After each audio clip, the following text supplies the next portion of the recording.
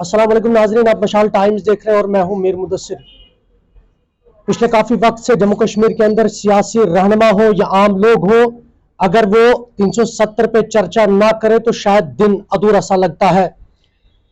लेकिन 5 अगस्त 2019 के बाद मरकजी सरकार की जानिब से जब जम्मू कश्मीर से 370 हटाए जाने का प्रस्ताव रखा गया और उसके बाद ये सारा मामला जो है मुल्क की सबसे बड़ी क़यादत यानी आला अदालत में पहुंचा, सुप्रीम कोर्ट, तो वहां पर भी बहस और मुबाहिसा हुआ। लेकिन बिलाखिर 2 रोज पहले जो मुल्क का सबसे बड़ा कानून है यानी सुप्रीम कोर्ट, उन्होंने भी ये फैसला दिया कि जो सरकार ने किया वो मुल्क के लिए भी और जम्मू कश्मीर के लिए भी बेहतर था। अब इस पर जहां हम वादी कश्मीर की बात करेंगे तो मुख्तलिफ सियासी लीडरों ने मुख्तलिफ जुमलाबाजी की और ये कहा कि ना तो मरकजी सरकार के फैसले पर वो खुश है और ना ही सुप्रीम कोर्ट के इस फैसले पर।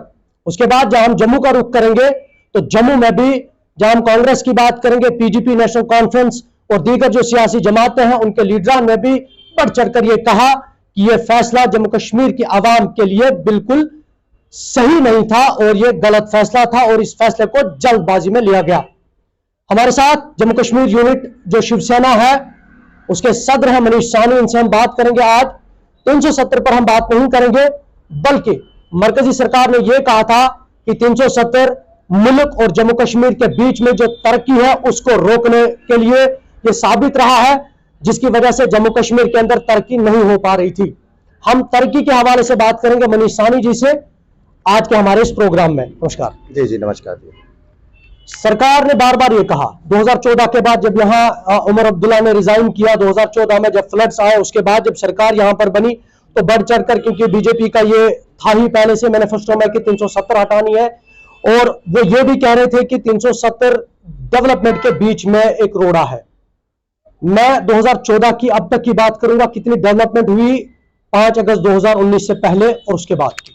देखिए, सबसे बड़ा विश्वासघात हुआ जम्मू संभाग की जनता के साथ। अगर आप 2014 से इसको शुरू करते हैं, जम्मू संभाग की जनता ने बढ़ चढ़कर उस पार्टी को जो है वोट दिया, उस पार्टी को अपना भरपूर समर्थन दिया जिस पार्टी ने हमारे साथ वादे किए गए थे कि जम्मू संभाग की बेहतरी के लिए काम करेंगे, जम्मू संभाग के साथ भेदभाव खत्म होगा, जम्मू संभाग के अंदर भी आपको बड़े बड़े निवेश देखने को मिलेंगे, रोजगार की बौछार होगी, मगर हुआ कुछ भी नहीं।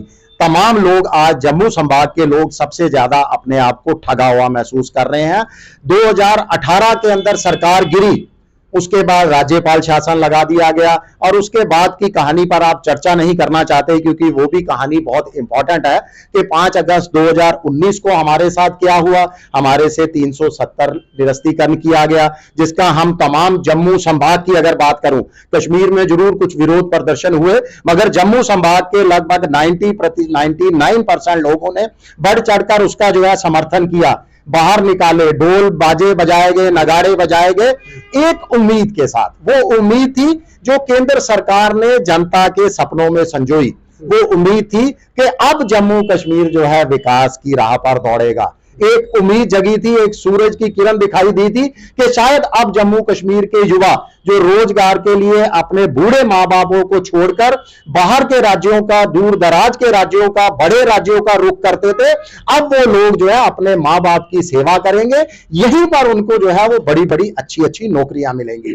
जम्मू कश्मीर में भी महाराष्ट्र, दिल्ली जैसी बड़ी बड़ी इमारतें, हमें मल्टी स्टोरीज जो है वो बिल्डिंग और कमर्शियल बिल्डिंग जो है वो देखने को मिलेंगी, यानी बड़े बड़े निवेश होंगे, अमन बहाली होगी। कहा गया था कि अब कश्मीर से आतंकवाद जो है वो बिल्कुल खत्म कर दिया जाएगा, मगर इस एक एक जो आपने सपना दिखाया गया था, जो सबज बाग दिखाया गया था, वो हर सबज बाग के आप ऊपर गौर करो, हर सबज बाग आग जो है जुमला साबित हुआ है, वो धोखा साबित हुआ है। जम्मू, खास करके जम्मू शहर की अगर बात करूं, मंदिरों का शहर के नाम से प्रसिद्ध होता था। कोई भी जब जम्मू के अंदर एंटर करता था वो पूछता था कहां आए हो, मैं मंदिरों के शहर में आया हूं।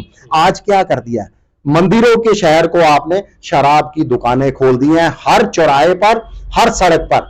और नशाखोरी आप देख लीजिए, आतंकवाद तो था ही था, पिछले 35 सालों से था, मगर नशाखोरी नहीं थी जम्मू कश्मीर के अंदर। आज नशाखोरी भी सर चढ़कर बोल रही है। बेरोजगारी और नशाखोरी का बहुत ज्यादा मेल जोल है। जो आपने शराब की दुकानें खोली ना, ये भी सबसे पहली सीढ़ी है नशाखोर की।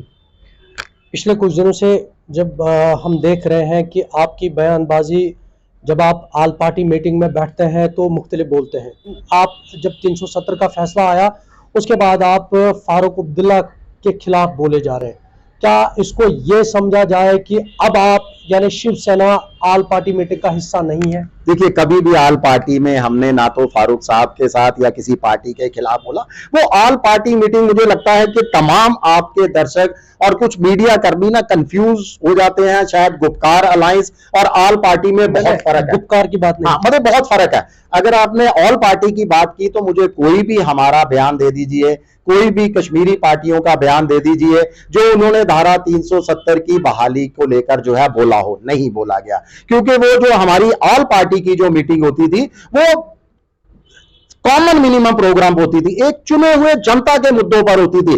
उसमें मुद्दे क्या थे कि जम्मू कश्मीर को राज्य का दर्जा दिया जाए। आज भी हम उस पर कायम है। आज भी मुझे लगता है कि डॉक्टर फारूक अब्दुल्ला भी कायम होंगे, तमाम कश्मीर की पार्टियां भी कायम होंगी जो आल पार्टी का हिस्सा थी। जल्द से जल्द जम्मू कश्मीर में चुनाव करवाए जाए, आज भी हम सब लोग कायम है। और हम तमाम लोग, हम नहीं पीछे जा रहे, हम तमाम लोग डॉक्टर फारूक अब्दुल्ला के नेतृत्व के अंदर ही दिल्ली पहुंचे थे, निर्वाचन आयोग के पास पहुंचे थे।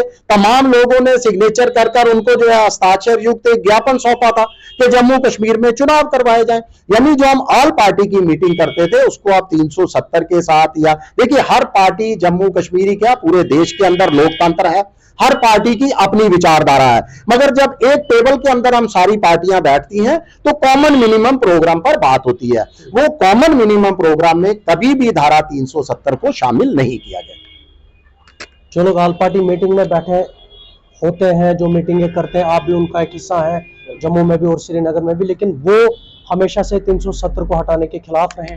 बिल्कुल, देखिए वही कह रहा ना, वो उनका अपना विचार है, अपनी पार्टी की अलग विचारधारा है। मगर जब हम एक टेबल पर आते हैं तो उस समय धारा 370 पर कोई बात नहीं। और सबसे बड़ी बात आपके दर्शकों को बताऊं, ये जो अपना हितैषी होने का, राष्ट्रवादी होने की एक पार्टी जो है बहुत अपना राग अलापती है, वो उसने फारूक अब्दुल्ला की जो है जम्मू कश्मीर के अंदर कोई उनके जो है आलोचना नहीं की। जो फारूक अब्दुल्ला का बयान आया था, अगर हम उनके साथ बैठते हैं, आलोचना करने में भी हम ही सबसे पहले उनके खिलाफ खड़े हुए हैं। जब महबूबा मुफ्ती तिरंगे के खिलाफ बात करती थी तो शिवसेना ही सबसे पहले उनके खिलाफ आती थी। यानी हम राष्ट्र हित में और जनता के हित में बात करते हैं। जो पार्टियों के साथ हमारे पास आती हैं हम उनका स्वागत करते हैं, उनके साथ बैठते हैं, जब तक वो राष्ट्र हित की और जनता के हित की बात करते हैं। मनीष जी, बड़ा इस वक्त जो मामला है वो बेरोजगारी का है। अगर हम उससे जुड़कर एक और मामला देखें तो यहाँ की एजुकेशन में, और जब हम जम्मू कश्मीर से बाहर की एजुकेशन की बात करते हैं तो बड़ा फासला है उसमें। हमारे बच्चे आज भी compete नहीं कर पाते हैं बाहर के जो पढ़े लिखे नौजवान जो तबके से। अगर हम नीट की बात करेंगे, IIT IIM की बात करेंगे, या बाकी बड़े जो इम्तहान है उनकी बात करेंगे, क्या कुछ सरकार को करना चाहिए और यहाँ की जो मुख्तलिफ सियासी जमातें हैं उनके साथ मिलकर, ताकि सबसे बड़ी बात जो है यहाँ एजुकेशन सिस्टम जो है वो स्ट्रांग बने, जो हमारी नई फ्यूचर जनरेशन है वो भी पूरे मुल्क के साथ में वो मुकाबला कर सके? बिल्कुल सही सवाल, और यही हमारी नसीहत है जम्मू कश्मीर के उन नेताओं को जिनकी सुई धारा 370 पर अटकी हुई है, कि आप जम्मू कश्मीर के युवाओं के लिए रोजगार की मांग कीजिए, विशेषाधिकार की मांग कीजिए। आज दुख होता है जब हम देखते हैं कि जम्मू कश्मीर के लोगों को ही, जम्मू कश्मीर के छात्रों को कॉलेजों के अंदर एडमिशन नहीं मिल रहा, जम्मू कश्मीर के लोगों को नौकरियों के लिए बाहर जाना पड़ता है। ये हमारी मांग है। देखिए 370 हटने का जरूर हमने समर्थन किया था, हम आज भी मांग करते हैं विशेषाधिकार की। वो विशेषाधिकार हमारा कॉन्स्टिट्यूशनल राइट है। हम जो है एक सीमावर्ती राज्य के निवासी हैं। सीमावर्ती होने के साथ साथ हम पिछले 35 सालों से आतंकवाद को झेल रहे हैं। तो अगर केंद्र सरकार नॉर्थ ईस्ट के तमाम राज्यों को, जो सीमावर्ती इलाके हैं, उनको विशेषाधिकार दिया जा सकता है धारा 371 के तहत, तो जम्मू कश्मीर के लोगों को, बच्चों को, छात्रों को भी अपने एजुकेशन इंस्टीट्यूशन में प्रवेश के लिए, युवाओं को नौकरियों के लिए, हमें अपनी संस्कृति पहचान की सुरक्षा के लिए विशेषाधिकार दिए जाएं। ये विशेषाधिकार के लिए संघर्ष हमारा जारी रहेगा, और अगर ऑल पार्टी भी इससे सहमत होगी तो तमाम हम विपक्षी पार्टियां एकजुट होकर इस विशेषाधिकार की मांग करेंगे। आने वाले कुछ वक्त के बाद जम्मू कश्मीर के अंदर भी मुल्क के साथ में पार्लिमानी इंतखाबात होंगे, लेकिन दूसरी जानिब सुप्रीम कोर्ट ने यह कहा कि सितंबर 2024 तक यहां असेंबली इलेक्शंस होने चाहिए। कई लीडरों का यह मानना है और कई जो छोटे बड़े सियासतदान है वो ये कह रहे हैं कि अब पार्लियामेंट के साथ ही असेंबली के इलेक्शंस भी होने चाहिए। देखिए, मुझे लगता है कि माननीय न्यायालय ने जो केंद्र सरकार को निर्देश दिए हैं, जल्द से जल्द पूर्ण राज्य का दर्जा वो जल्द से जल्द दिया जाना चाहिए। चुनाव करवाने के लिए डेडलाइन निश्चित की गई है सितंबर 2024, पर मैं उम्मीद करता हूं, आपके माध्यम से केंद्र सरकार से मांग भी करता हूं कि वहां पर केंद्र के अंदर बीजेपी सरकार का कार्यकाल जो है कुछ ही महीने शेष है, 2 महीने 2.5 महीने, यानी 60-70 मैक्सिमम 100 दिन भी हो सकता है, कुछ महीने शेष है। तो इसी कार्यकाल के दौरान, यानी अपने इसी टेन्योर के दौरान जम्मू कश्मीर के अंदर जल्द से जल्द चुनाव करवाए जाएं। जहां तक आप कह रहे हैं कि लोकसभा के साथ चुनाव होने वाली बात है, पहले जम्मू कश्मीर को राज्य का दर्जा दिया जाए, असेंबली इलेक्शन यहां पर करवाए जाए, उसके बाद हमारी मांग है लोकसभा के चुनाव हो। अगर नहीं होते तो हम जनता से यही अपील करेंगे कि हमारे साथ विश्वासघात करने वालों को, स्थानीय लोगों के अधिकारों का हनन करने वालों को लोकसभा चुनावों के अंदर सबक सिखाया जाए। बहुत बहुत शुक्रिया। शुक्रिया। जम्मू कश्मीर शिवसेना यूनिट का यह मानना है कि जम्मू कश्मीर की आवाम को मुल्क की सबसे बड़ी जो अदालत है सुप्रीम कोर्ट, उसके फैसले पर भरपूर भरोसा है और यही वजह है कि 2 रोज पहले जो उन्होंने ये कहा कि सितंबर 2024 तक यहाँ पर असेंबली इंतखाबात भी कराए जाए।